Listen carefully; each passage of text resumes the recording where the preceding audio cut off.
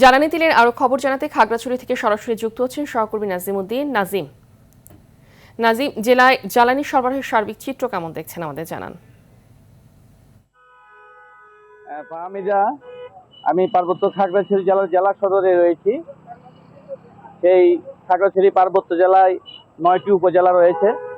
ঈদের দুদিন আগে থেকে যে জ্বালানি সংকট পার্বত্য চট্টগ্রামের এই খাগড়াছড়িতে শুরু হয়েছে, এটি লাগাতার ভাবে চলেছে। এখানে মূলত দুইটি স্টেশন রয়েছে, filling station, Meherunnesa petrol pump এবং কেএসি পেট্রোল পাম্প। এই দুইটি পেট্রোল পাম্পে একদিন পর পর করে তেল দিচ্ছে। খাগড়াছড়ি পার্বত্য জেলায় প্রতিদিন 25 থেকে 30,000 লিটার ভুক্তভোগী তেল প্রয়োজন। এখানে চট্টগ্রাম থেকে তেল আনতে দেরি হওয়াতে সকাল থেকে দীর্ঘ লাইনে মোটরসাইকেল, যাত্রীবাহী গাড়ি দাঁড়িয়ে থাকে। সে রাত 10টা, 11টা, 12টা পর্যন্ত তেলের জন্য দাঁড়িয়ে থাকে। আরেকটি বিষয় হচ্ছে পর্যটন নগরী খাগড়াছড়ি। অনেক পর্যটকরা আশায় আসে সাজেক এবং বিভিন্ন অঞ্চল ঘুরবে, কিন্তু সেই ক্ষেত্রে দেখা যায় যে তেলের অভাবে তারা খাগড়াছড়ি থেকে আবার সমতলের দিকে ফিরে যাচ্ছে। খাগড়াছড়ি তেল সংকট কবে নাগাদ যে লাঘব হবে এই বিষয়ে খাগড়াছড়ি জেলা প্রশাসকের সাথে কথা বলেছি আমি।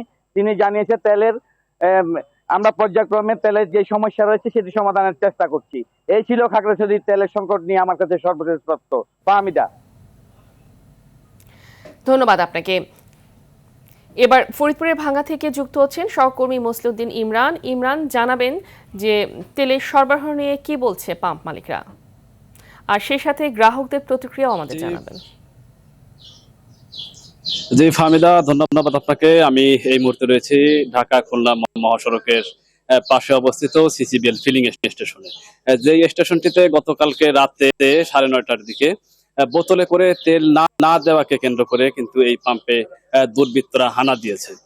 আমি এই পাম্পের যে মালিক রয়েছে তার সঙ্গে কথা বলেছি। তিনি আমাদেরকে জানিয়েছেন যারা গতকাল রাতে এই পাম্পে হামলা করেছেন তারা মূলত তেল কালোবাজারির সঙ্গে যুক্ত।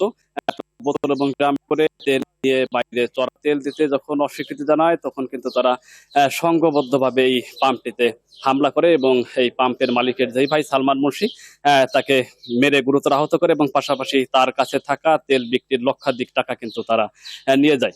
তো সেই ঘটনার পর থেকে কিন্তু এই পাম্প সহ এই একই মালিকের আরেকটি পাম্প ভাঙ্গার পুকুর এলাকায় অবস্থিত ব্রাদার্স ফিলিং স্টেশন, এই দুইটি পাম্পেই কিন্তু তেল সরবরাহ তারা বন্ধ রেখেছে। এই বন্ধ রাখার ফলে কিন্তু আশপাশের যে চালকেরা রয়েছেন তারা কিন্তু চরম ভোগান্তিতে পড়েছেন।